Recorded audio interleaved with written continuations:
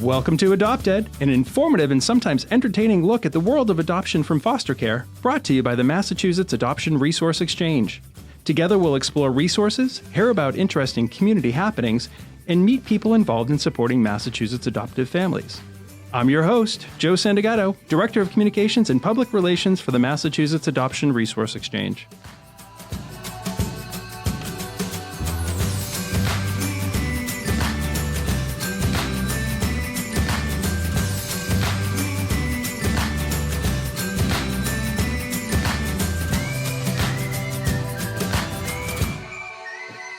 Today's theme is stories of hope and inspiration. In our podcast today, we'll be talking about the journey for adoptive parents. And we'll also have a visit later in the show from Kate Milligan Cormier. Kate is an adult adoptee who also works for the Massachusetts Department of Children and Families as a social worker. And without further ado, I'm excited to kick off the show with our opening segment called At the Table. Joining me today at the table is my co-host and Child Services Coordinator for our Western Mass region, Maurine Albano. Welcome, Maurine. Thank you. Hi. So I thought it might be interesting for our listeners to learn a bit about our journeys as foster and adoptive parents. Of course, we're only two perspectives, right. But it's a way for people to begin to understand this process. So if you don't mind sharing, I want to take us back. In our first episode, we talked a lot about how we worked within the systems, and we talked a little bit about where we started and who we worked with. But I thought maybe we could remind people about our journeys. Yeah. And certainly we have different journeys. I remember yours was about 35 years ago. Mine was about 20 some odd ago, and we were in very different places. Yeah. So, but I'm going to go back even before that. So what made you consider adoption? Well, the honest truth was inability to have children. Okay. And at that point, I mean, adoption was the only alternative. We were the same. Yeah. So as a male couple. Yeah. Right? Outside of surrogacy. Right. Right? So we were in the same position. Well, so remind me again, your journey started with an organization called Children's Aid and Family Services. Children's Aid and Family Services. Northampton, Massachusetts. Okay. Great worker, Joan Honeyman, who's now retired. Okay. Oh my God, she was my lifeline. It's funny how you remember people. So I started with ultimately DCF. Yeah. Right. Cheryl Peltier. Yeah. These are names we'll never forget. We'll never forget because it was an impactful point in your life, right? And how did you learn about the process? What did you do to? Well, this was before the internet, so it was a lot of talking to people, seeking out people who've adopted, who they used, just finding the names of different agencies and learning about the different types of adoption. There's international adoption. There was private infant adoption. There was adoption from foster care. There were just, terms were being thrown at you, and it was like a whole education process. You need to talk to people who've gone through the process to really figure out which was going to work best for you or your family. We did have the internet, barely. It's like 94, 95. Yeah. We're beginning to talk. I mean, it was in its infancy, right? You weren't getting a whole lot of information. The same thing. Right. Going out, you're talking to people, you're looking. We had my cousin-in-law was engaged in international adoption, so she suddenly became the resource on international adoption for me. I mean, remember, there's no Facebook. There's no Twitter. Right. There's no Instagram. There's no Mayor. Well, Mayor existed in its infancy back then online. Yeah. It's a 61-year-old agency, right? But, you could call, go to an event. Yeah. But you got to know that they exist, first of all. But there was where did you go? I went to the library, and then I started to, and then people, and people know people. And it was a different time. No Googling at that time. There was no Googling. Today, we've got everything from web to social media to phone calls to it's so easy, right? Yep. Very different. Yeah. So did you consider other types of adoption? I know for us, we looked at surrogacy, we looked at international adoption, domestic adoption. We did. We thought of putting ads in a newspaper. That was a thing. Looking for, maybe a teen mom who couldn't parent her child, and that was such a taboo back then. Young women having children out of wedlock, and it was like. And I knew of people who've done it and were successful. Other people were just totally frustrated and had some bad experiences. And yeah, I just waited to hear until somebody said, this worked out well for us. I would suggest you go this route, and this is why we chose the agency we went through. It was a private infant adoption. I waited 3 years. We waited 3 years. And again, they told us, don't plan on anything. Who knows what, the whole future was so uncertain. And a lot of ambiguity in the old there days. was. Right? I mean, not that there's any level of certainty at any point throughout this process, but today I think it's out of the shadows. Yeah.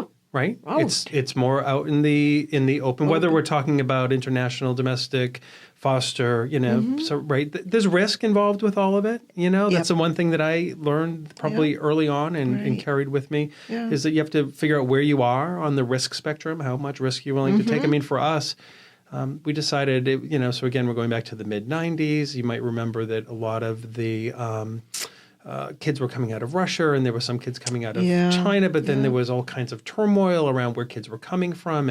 And so there was just a lot of political turmoil. And we said, there's so many kids right here in the U.S. Let's learn about them. Right. And that's what led us to foster care adoption. And that's ultimately what brought us, to the table to train, to learn, to engage. And I think that for us, it really became about wanting to make sure that we were giving back in the way that was most meaningful. And not that there aren't other options and other avenues, but our personal choice was, why create another life when there were all these children, who are looking for homes? And that's what led us down this road. So I think we talked a little bit about, was there any training involved in the road that you went years ago? Did you have to do anything? Oh my gosh. Well, we couldn't even start the process, I remember, until there was a ready-made group of people just like us. I mean, we were clones. We were male, female, married couples. Did y'all have little pixie haircuts? Well, and little ruffle we blouses? did. Yeah, that's what we all looked like. The official we had uniform. We had to wait for at least 12 couples to come to the agency and say, I want to start, I want a family, I want to start the adoption process. Right. So that took almost 6-8 months. Started it, met these same clone people just like us. Was called MAP, which is the Massachusetts Approach to Partnership in Parenting. Was it called MAP back then? Probably wasn't. It was probably some other version. I think that came with the national rollout of the program, right? Yeah, But that's okay. Right. But you went to some sort of class? Yeah, once a week. It was a real eye-opener about... Basically, they talked about the type of children that from this agency that this agency placed, and we talked about the whole process, what we'd be exposed to, what we'd be asked, how we'd have to be looked at under a microscope. It was kind of scary. I remember, But everybody was still sticking with it. Everybody showed up week after week. And then there was my worker, Joan Honeyman, again, and I just loved her, and I wasn't going to leave her because she just made me feel like, like I was just going to do this, and I was going to be able to do it and do it well. I remember. I mentioned Cheryl. Yeah. So that was our MAP trainer, right? And although the MAP trainers weren't necessarily the worker who was assigned to you once you got through the process, I remember it fondly too. And so MAP was different back then, though. I always say the current curriculum, as much as people sometimes feel the weight of the current curriculum, right? Yeah. That in the old days it was thinner. So I would err on the side of getting more information, right? I think it's really important. I trained right in Worcester, downtown Worcester, in the old DCF building. Right. Used to show up every Tuesday night, and kind of became alums with some of the same people long before I taught MAP. I was in a MAP class. And the home study and matching process was probably very different for me than you. So when I made an application, and then my husband and I went through MAP training, and then we filled out paperwork about who we were and what our story was, and that translates today. That process hasn't changed, and still the same. The matching process was a little different for us. For us back in the 90s. We were in a different place socially and politically, and there wasn't as much opportunity for same-sex couples necessarily to be matched with children, right? So today I'm really proud to say that we work very hard, especially at MARE.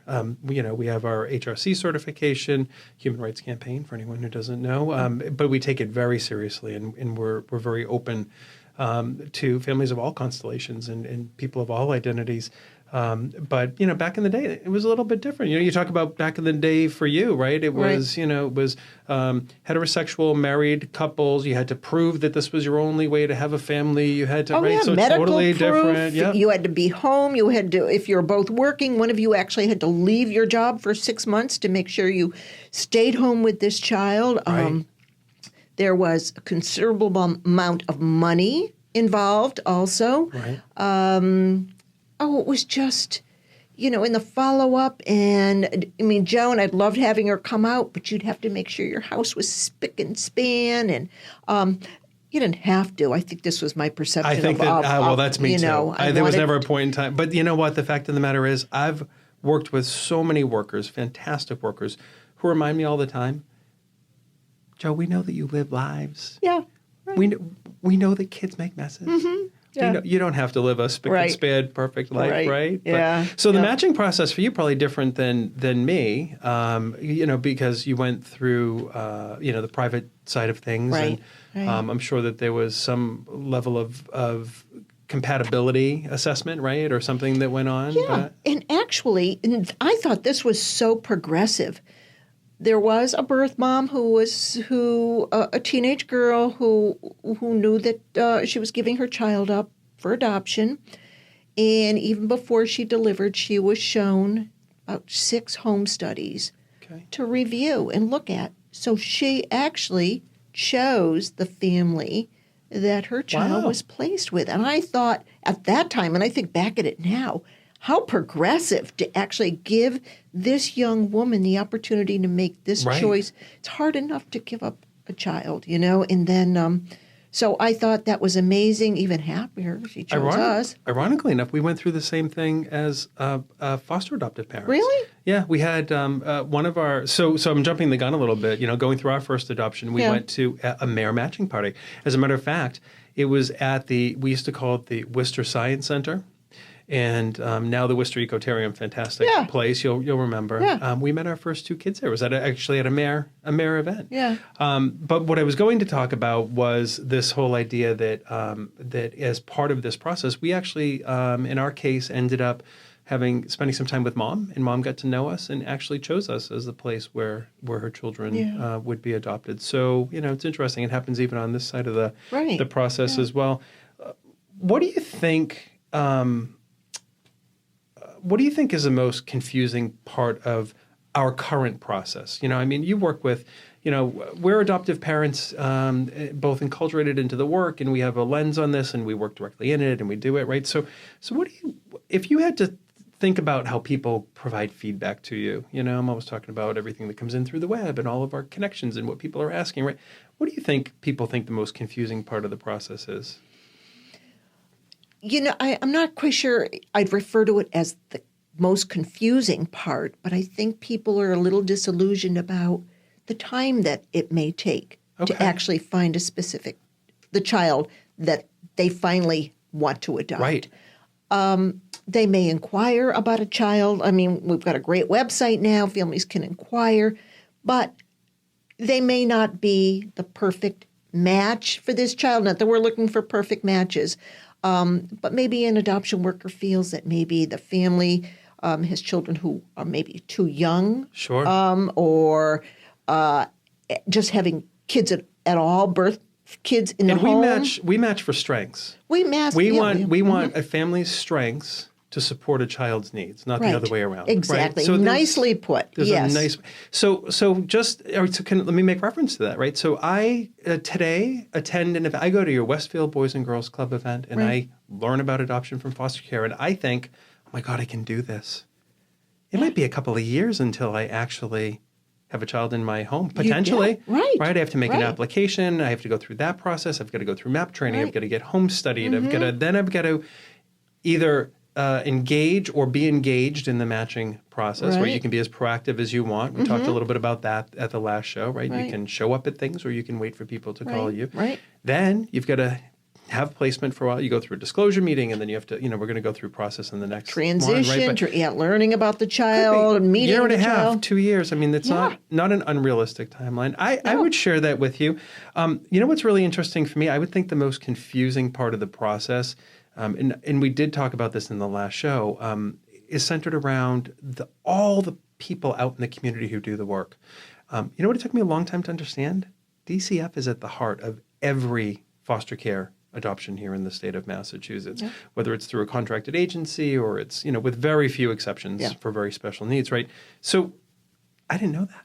I didn't know that for the first couple of, it didn't, I was working with the department, but then I had, Luck came in, and then we had Catholic Charities, one of the children was connected with, and we had who are all these people? Yes.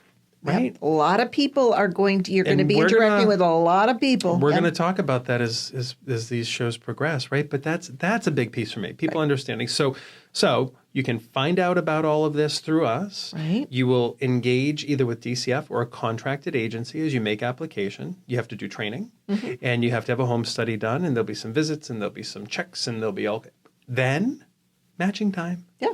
Right? You can come to our parties, or you can wait for someone to call you, or go online, and find children that you think would be appropriate for your family. And then we're off through the DCF process, the final part of the adoption process with many of these kids, and that can take some time today. Yeah. And then we finally get to adoption, right? But I think it's interesting. I think people would be very interested to know about the time. And then so what's one thing that you would tell anyone really considering any form of adoption? What would you say to them? Don't give up. Just don't give up. Persevere. You may find that the process is frustrating sometimes, mainly because of maybe wait time.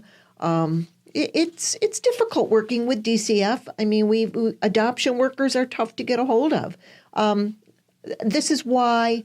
Yeah, Mayor is a great conduit for you. I mean, we maybe have a little more of a streamline to adoption workers to get answers for you on questions about children. So please use us. Please use us as your conduit, and it'll kind of tone down the frustration maybe. All right. Well, I intended on talking a little bit about vocabulary every show, but we did a good job demystifying it as we were going through it. So I don't think we talked terms. Yeah. So if anybody heard anything that they didn't understand, give us a call. You can always check us on Facebook, mareinc.org. Call us at 617-964-6273. And now it's time for one of my favorite segments. It's introducing the children. So Mo, we're going to learn about Matthew and a sibling group today of Chance, Hope, and Keith.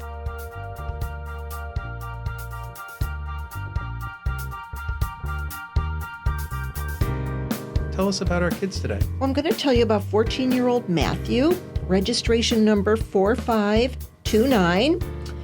He is of Hispanic descent, and he enjoys playing video games and playing outside. He is a sports enthusiast, and he enjoys watching and playing all different types of sports. Sporty little guy. He is. Everyone who knows Matthew knows that he is very active. He is legally freed to be adopted. His social worker is open to exploring a male, female, 2 women, or a single female family for Matthew. Although Matthew can do well around male caretakers, he would do best with also having a female caretaker. And sometimes we have those notes just because there are certain circumstances that, that prevent placement in certain family constellations. And so we might see, we talked about constellations last time, and in case listeners are picking us up in show 2, we should say constellations are combinations or ways in which, family, parenting happens. And so if you see notes, always ask. You can still call us, right? If you want to find out more, but we try and guide it a little bit. Right.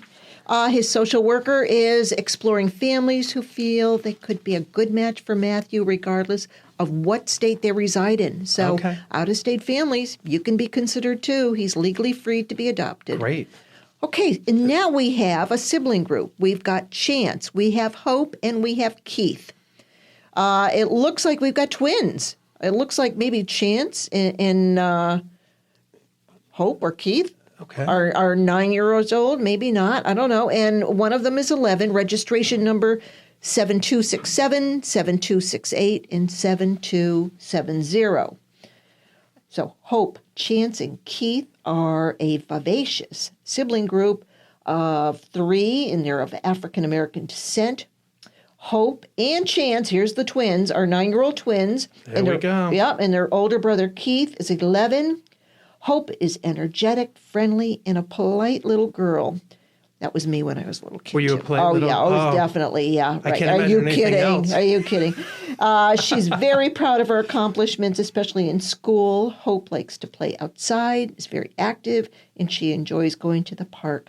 She is also very artsy and likes to do arts and craft projects. She is an avid reader. Good for her. My mother would love you. Oh, my gosh, that was me. Yeah, and also recently expressed interest in design. Oh, I think, you know what? I need to look at this.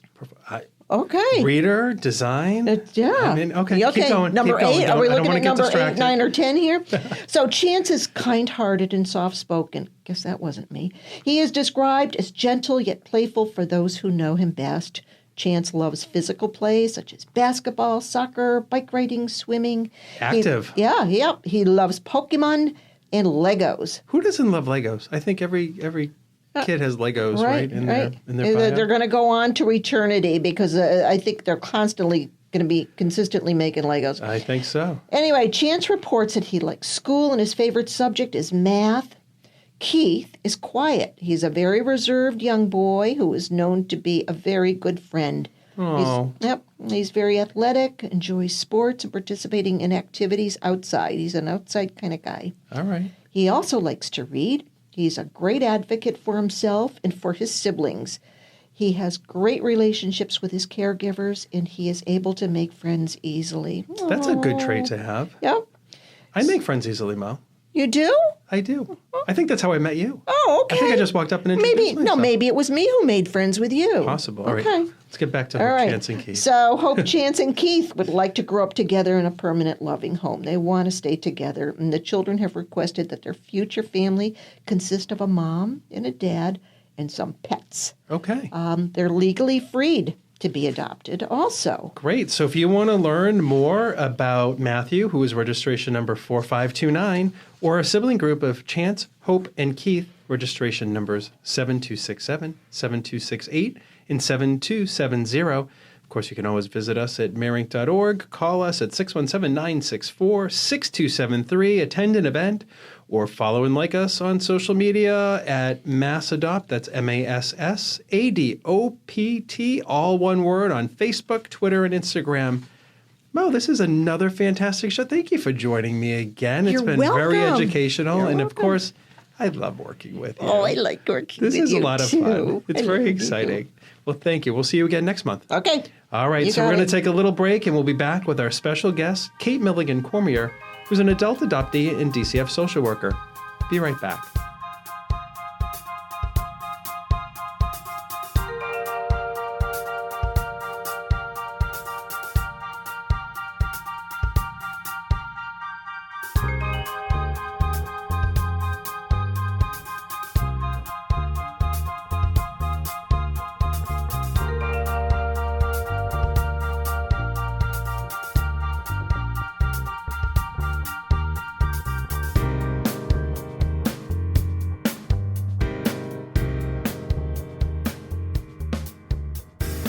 Joining me in the studio is Megan Dolan, our Director of Development. Welcome, Megan. Hi, Joe. Happy to be here. Thanks. So we're going to share some information about a fun upcoming party at Jordan's Furniture. You want to tell everyone a little bit about it? I do. This is one of our big annual events. This is the Beanstalk Adoption Party. It's going to be Sunday, March 24th at Jordan's Furniture in Reading from 8:30 to 11. And this party is designed for families who have already begun MAP training or are further along in the process. Great. So if people want to register or for more information, you can visit us at marink.org. Call us at 617-964-6273. And for information about all kinds of different events, visit the website. Thanks for Absolutely. joining me. We'll see you at Beanstalk. See you at Beanstalk.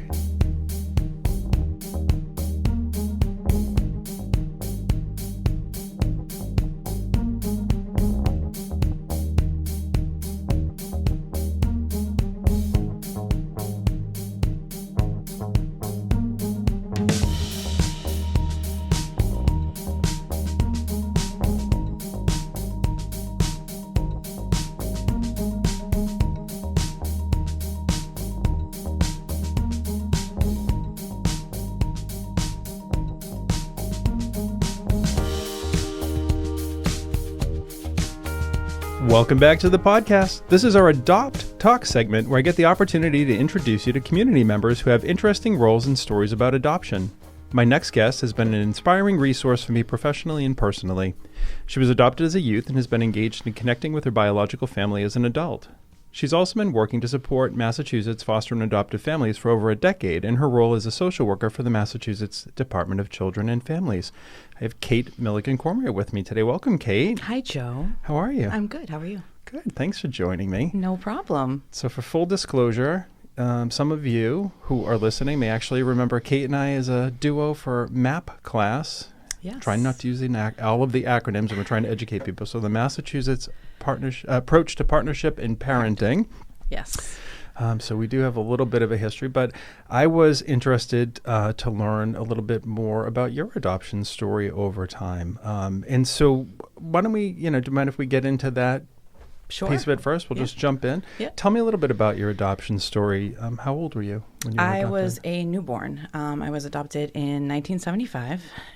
Giving away my age here. Okay. It's okay. You can do it. I can't do it. It'd be rude if I did it. Yeah. I was actually born in Newton Wellesley Hospital. And my bio mom, which I found this out later, and we'll get into that later, obviously, too, but was 18 when she had me and had contacted Catholic Charities to give me up for adoption. Okay. And at that point, I think from what I can gather, I spent a few days in foster care before my adoptive family, who I will refer to as my parents in this podcast because they are. Of course. Yeah. So then I was raised my whole life. Yeah, and I have an older adoptive brother who was also adopted as an infant, who's 4 years older than I am. And were you 4 years older? So he was also as an infant. So he had some lead time with your family. Yes. Okay. An interesting story is when I connected with my bio mother as an adult. My last name is Milligan. My maiden name was Milligan, and her maiden name is Mulligan. I think that's great. Which is just, it blew my mind away. Right. That we were, had that connection, which she did not know. That she didn't know anything about the family. Correct. Right. Yeah. And so, did your mom know? No. Your mom didn't recognize that either? Nope. It wasn't until you connected. Wow, that's amazing, right? Yeah. Yeah. Wow. So I really am an Irish girl. Yeah. Through and through. Yes. So that's a little bit about how your story started. Yes. And we're gonna carry that forward into adulthood and talk about that. But before that, you have such a unique lens on this work. You and I have had some great conversations about all of this, and I love people who have multiple lenses into the work because you can see things from so many different perspectives. And so given that you worked with a number of families over the years who were adopting and were thinking about their children and what those relationships would be like later in life, what do you think are the most important aspects of being an adoptive child that prospective and adoptive parents need to know? From the perspective of a youth, what do you think you could share with them and how, I think being honest with the children certainly is first and foremost. I think, when I was adopted, there was a lot of secrecy around adoption, which has changed for the better over the years, in my opinion. But I certainly think with my adoption, there was always this mystery of my story. Why was I adopted? What were the circumstances around that? And I had all these unknown questions that were swirling around my mind throughout my entire childhood. And my mom, would tell these stories to me that she would find me snooping in her bedroom and looking under her bed and looking in her bureaus because I knew she knew something and she was just keeping it from me. And she didn't know anything. My parents did not know anything. It was completely closed adoption. Walk me back, though. Did little Kate ask questions? Or did little Kate just have it in her head? Yeah, it was all swirling around in my head that, because I was loyal to my parents. I didn't ever want them to think that I didn't love them. I didn't appreciate, being their daughter or, and I never felt I wasn't a part of the family or anything like that. We were a very close, Sure. Family. But you knew. Yes, I knew, and It wasn't hidden from you. No, and I remember the day my mother told me I was adopted. I could go back there right now in my mind, and because I didn't even really know what it meant. Okay. I remember standing in our kitchen helping my mother make chicken soup. And we loved to cook together. It was something that we did all the time. And she had this conversation with me about that I was not, born in her belly. And how old were you at this point? Do you remember? I think I was either 4 or 5. Okay. And I remember thinking, like, just trying to figure that out. Like, really, what did that mean? And your brother at this point would have been, what, 8 or 9, right? Yep. He's 4 years older? Yep. So did he know? Yes. Okay. Yep. My parents have always been very forthcoming about. My mother had some fertility struggles. Sure. When they first got married, and always wanted to have kids, and this was their way to do that. So, so what was that like? So you're cooking soup with Mom. Yep. And she's talking about the fact that you didn't come from her belly. Right. And so was there a point where you had like an aha moment? Did you get it? Did you? Yeah, so our house is it was an old colonial, so the kitchen was in the back of the house, and we had this front den room that was like our TV room.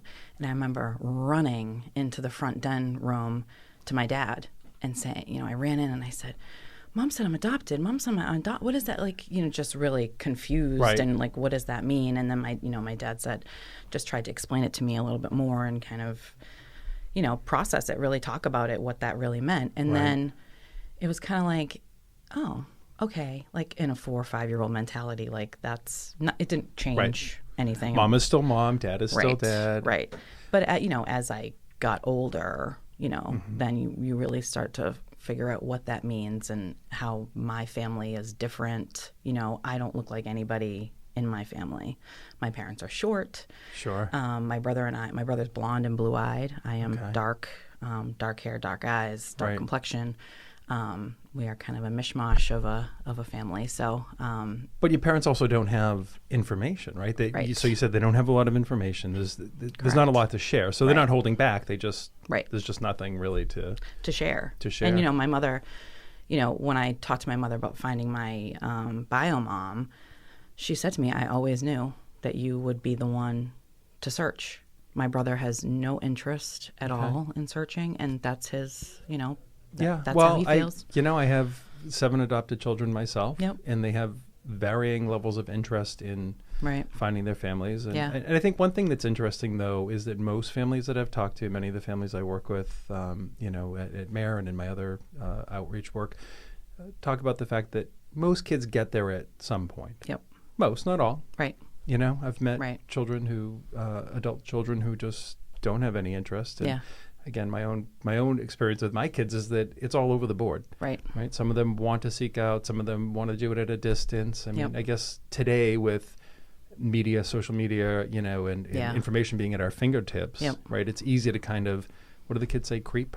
Yes. Creep and look around, up to and including, full connection. Right. So, and that wasn't a benefit, in the 70s and the 80s and the 90s, because information wasn't easy to come by. It's very, very different today. Yep. Okay. So I think, so you have you and your brother, you both understand that you're adopted. You had a lovely upbringing. You have a lovely family. And so one of the things that we were going to talk about today was, again, from your lens, your perspective, and because you have so many different lenses into the work, right? As a social worker, as someone who's worked with adoptive families, as an adoptee, an adult adoptee yourself. I can remember back to when we actually talked about you coming on the podcast. It was you and I were having lunch, and it was, you had connected with your mom, and, that whole thing was playing out.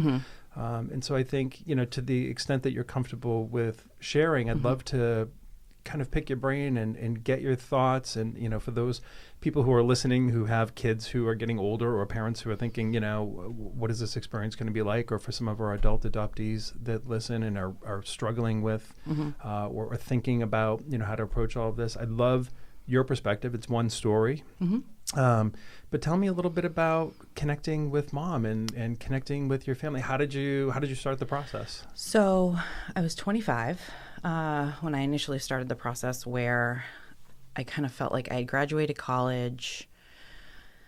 I felt ready, and I don't really know how to explain that feeling. It was just a sense of, okay, I was just, it was just a strange, like, I just knew that I had to do it. I had to take the mystique out of, the unknown to me. And, one thing I think in my mind, I'm thinking, what am I going to find? Because, being a social worker, I know that some of these stories don't end up, it's not rainbows and butterflies. Right. It's, people have substance abuse issues, there's mental health issues. There's all of those components that play into that. And what am I going to find? And am I going to regret this decision? Can I ask a precursor question? Right. So 4 or 5, mom says, hey, you're adopted. And 25, you start your search. What's in your mind, as you're growing up? Are you checking in with it once in a while and then putting it away? I mean, you said you got to the point, you're graduating college and you want to know more, right? But you must have checked in once in a while thinking about it? Yeah, I mean, I certainly went through some terrible teenage years where I was pretty awful to my mother and I had to apologize when I became a mom. Well, teens are teens all around. Yes, so. where I would tell her she wasn't my mother. She couldn't tell me what to do. Gotcha. Those kind of hurtful things. I definitely went through that phase. But I do think the component of the unknown, I don't know if it made it easier because I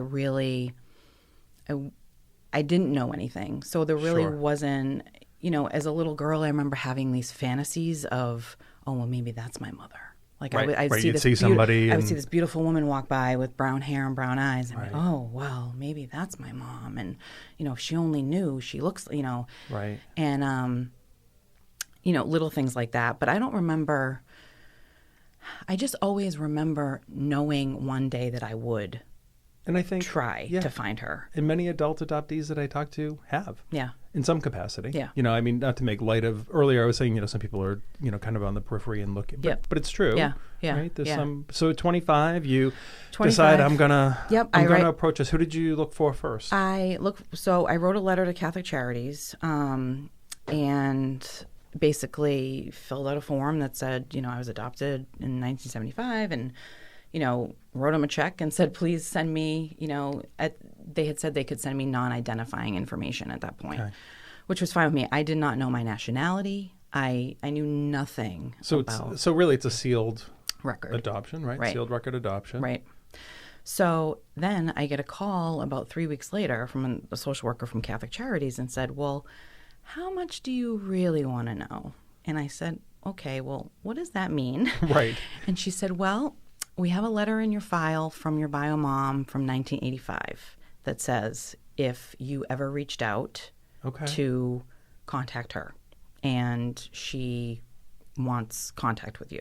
And I said, well, okay. All right then. Yeah. So that was certainly a surprise. So I said, first I had asked that they send me all the information that they would have sent me without that letter so I could take a look at that and kind of process all of that information. And then I got that information. I read all over. I mean, I went through it with my mom. I went through it with, personal friends of mine and called Catholic Charities back and said, I want to know more. I want to connect with her, however that can happen. And then they facilitated a phone call. Wow. And that's how and then we ended up, she lives in upstate New York. We ended up meeting in Albany for the day. That's great. So walk me back. So you're reading through the file. I'm reading through the file. What's going through your mind? Are there blanks being filled in? Like, is it enough information that you're beginning to fill the gaps in your own? Yes. Yeah, it definitely, her story is kind of a typical story of being sent away.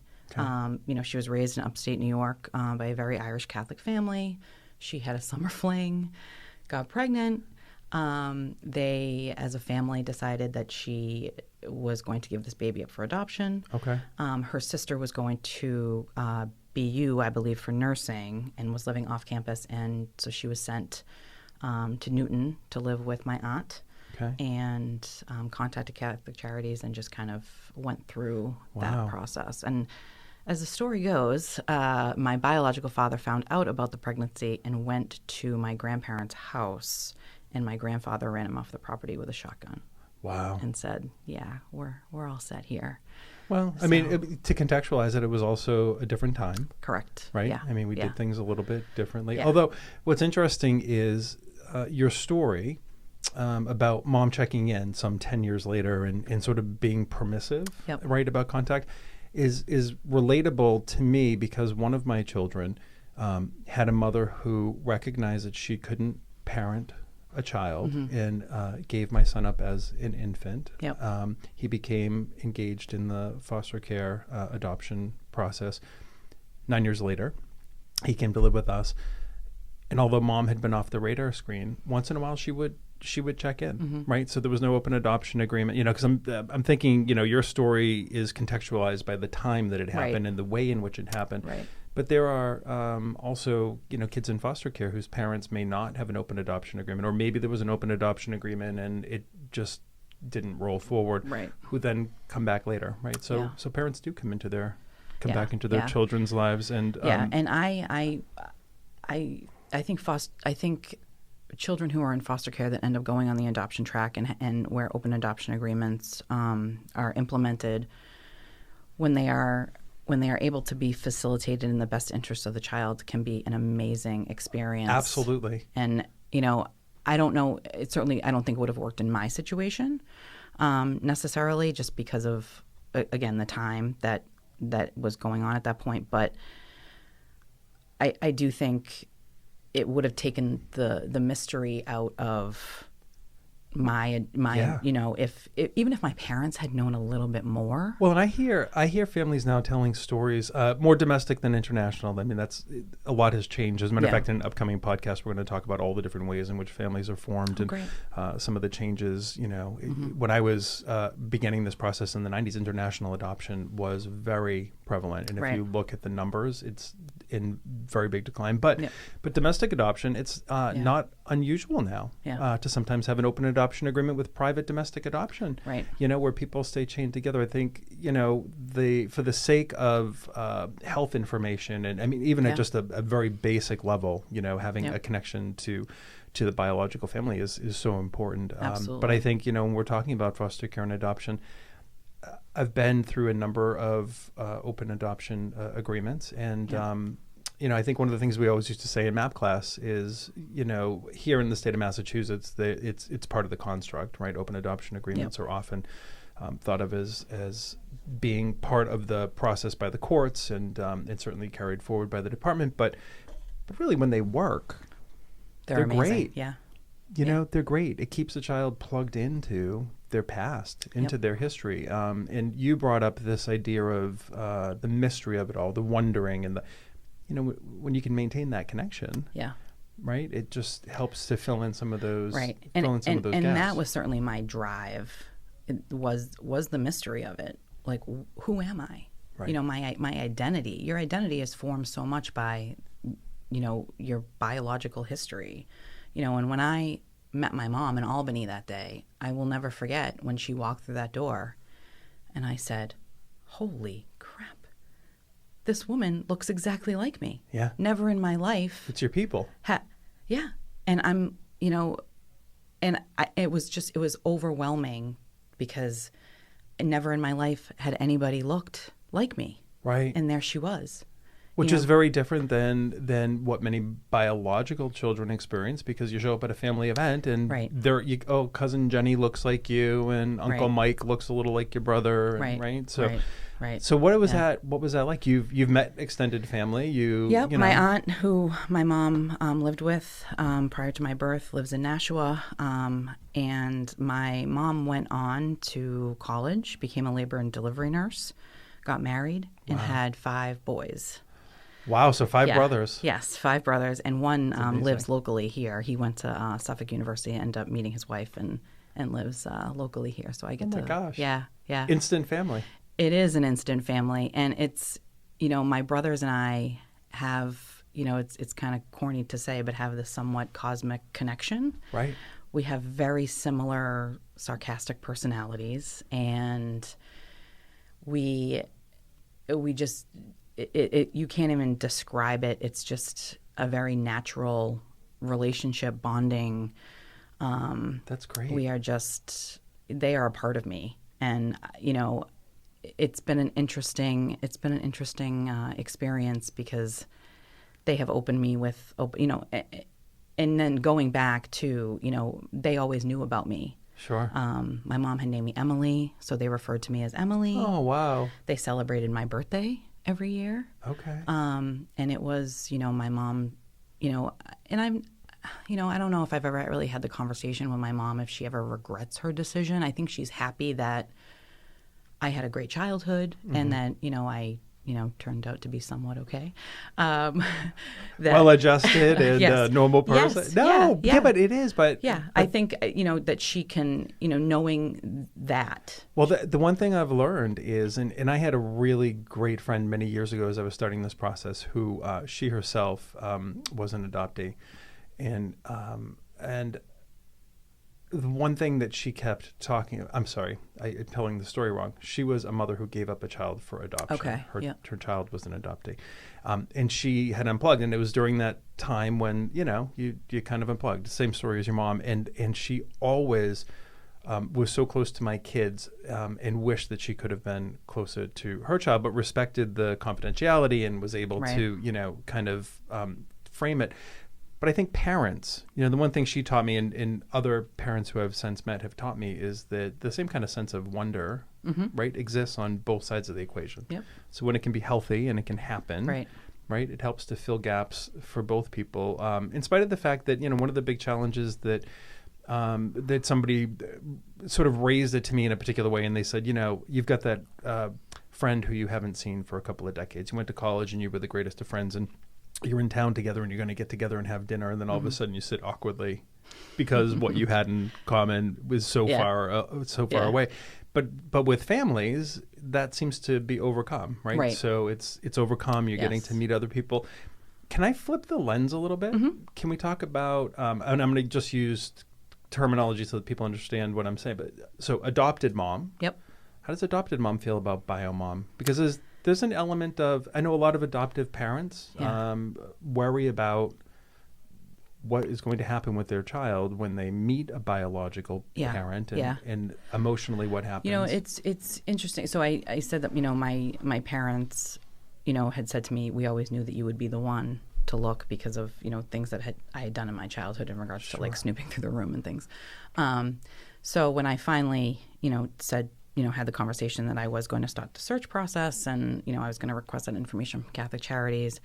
My parents were very supportive and open and basically just said, we are here no matter what you find. Obviously, that's a good response. Yeah, it was, I have to say, my parents, I have been truly blessed with very supportive parents in every aspect of my life. So that's been amazing. My brother, however, my older brother, did not have a as positive response. He felt that I was being disloyal to my parents. And of course, he doesn't feel the same urge, right? So he's not relating to how you're feeling about wanting to seek out your family. No. And even, for the, you mentioned the medical component, just finding out medical history, answering questions that a doctor actually asked me for once that I actually knew the answer to was, shocking to me. Like, I actually have those answers for once. I could tell you. Yeah. But yeah, my brother was totally against it. But that has kind of shifted a little bit, obviously, because time has passed and it's proven to not be. It's not a negative. It's a positive at this point. Sure. Things have worked out really well, which has been also a blessing. So, and my parents actually met my bio mom and her husband. That's fantastic. Probably about 10 years ago, I would say. We met. We were all at the Cape at the same time vacationing, and we went to dinner. And That's great. It was awkward, I will say. It was, but just because of the situation, I think, my mother was very thankful for her and, she was very thankful for my mother, and it was a little. Well, it is, Yeah. and I'll tell Yeah. you from so I'll use my own perspective, which is all I can really judge things on. Yeah. I've always been open with regard to my kids and with them having ongoing relationships and deciding what those relationships are like. But there is a part of you that is a little fearful that something is going to get upset in the process. Right. There are parents who I've met who have kids who have gone into some decline and, around the psychological aspects of things, or sometimes, being reinculturated into a family dynamic that's not particularly healthy. And I think those are real concerns. Right. But I never wanted to ever be the one to stand in the way. And it sounds like your parents were much the same. And I do think the one good thing about my situation is that my bio family does live 7 hours away. Right. And I don't know. So it's been easy for me to keep those boundaries because you can compartmentalize it a little bit. I have my life here. Right. And then, they will come here a few times a year. I was just out there for my grandmother's, my grandmother passed away, and I was out there for her services. Sorry to hear about that. Yeah. So, you're part of an extended family. There's a connection you plug in. I do think it has helped with my family, with my parents, that we are not all enmeshed. Right. I think that has definitely. If they live down the street and right. it was an ongoing, constant connection. Yes. Wow. Yeah. It would be interesting. So tell me, did this lead you into social work? I mean, what kind of led you down that? I think that path. It's funny. I've always thought about that. What did lead me into social work? I think my mom has always been a very compassionate person. She was a special ed teacher. Okay. I volunteered in her classroom all my life. She was a teacher, and she drove a special ed school bus before and after school. My mother was like the hardest working woman you'll ever meet. That's great. So, which I hated as a child, being dropped off at school dances in the special ed van, but it's okay. But it gave me, perspective. Yeah, for absolutely, sure. Right. Absolutely. I didn't. So it's interesting that we have a little bit of that in common because my mom worked for the old DMR, which is now DDS service, and so I grew up with her. Oftentimes doing before and after work care and having folks who had some intellectual disabilities, as part of our life. And it sounds like that's part of yours too. And that makes you think a certain way. It right? does. It does. I think it frames your perspective on all different kinds of people in the world. And I remember one time my mother and I were in Boston. I don't know what we were doing there, but we were in Boston Common, and there was a older homeless woman who had fallen on the sidewalk, and my mom went out and picked her up. Oh my gosh. Walked her, helped her get up and, got her on the bench and talked to her. And I just remember thinking, no one else here is doing that. Nope. Not one person. 50 people walking by. Right. Yeah, well, that's a little bit of how I grew up. So I think that creates a certain mindset. Yeah. So maybe that was kind of what led you into that. And so as a social worker, let's see if I get this right. Ongoing first, right?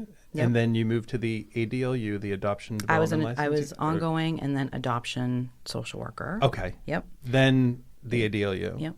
Which is Adoption Development Licensing Unit. Yep. Try to watch my acronyms. Which is, that's the unit for anyone listening who is thinking about adopting. That's a unit of social workers who would work with your family. Correct. Right?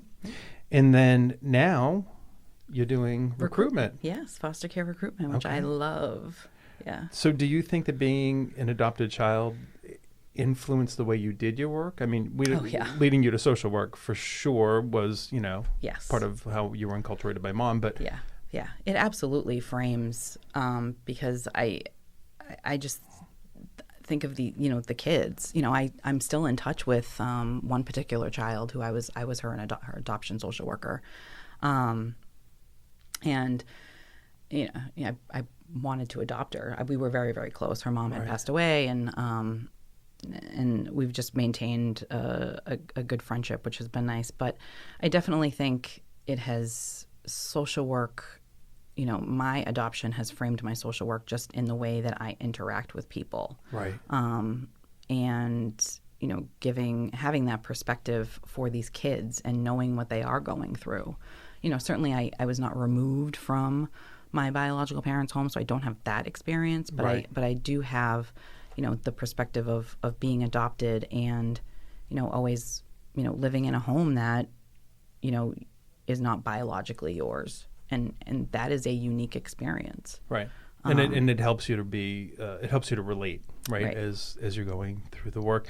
And so I guess one of the things that we should probably share is a little bit about recruitment. Yeah. Right. So as a DCF recruiter, so MARE, since 1957, has been sort of the agency of record, if you will, promoting adoption here in the state of Massachusetts. And we're an exchange. We're not an agency, right? Which means that we help to form connections between children who are waiting in foster care for adoptive homes and adoptive families. And so that's our role and our function. And as a recruiter, you're doing much of the same on the foster care side, right? We are So, we are going and really just sharing with the community what are the requirements to be a foster parent, because I think there's a lot of misconceptions within the community about, can you be single? Can you be a part of the LGBTQ community? Right.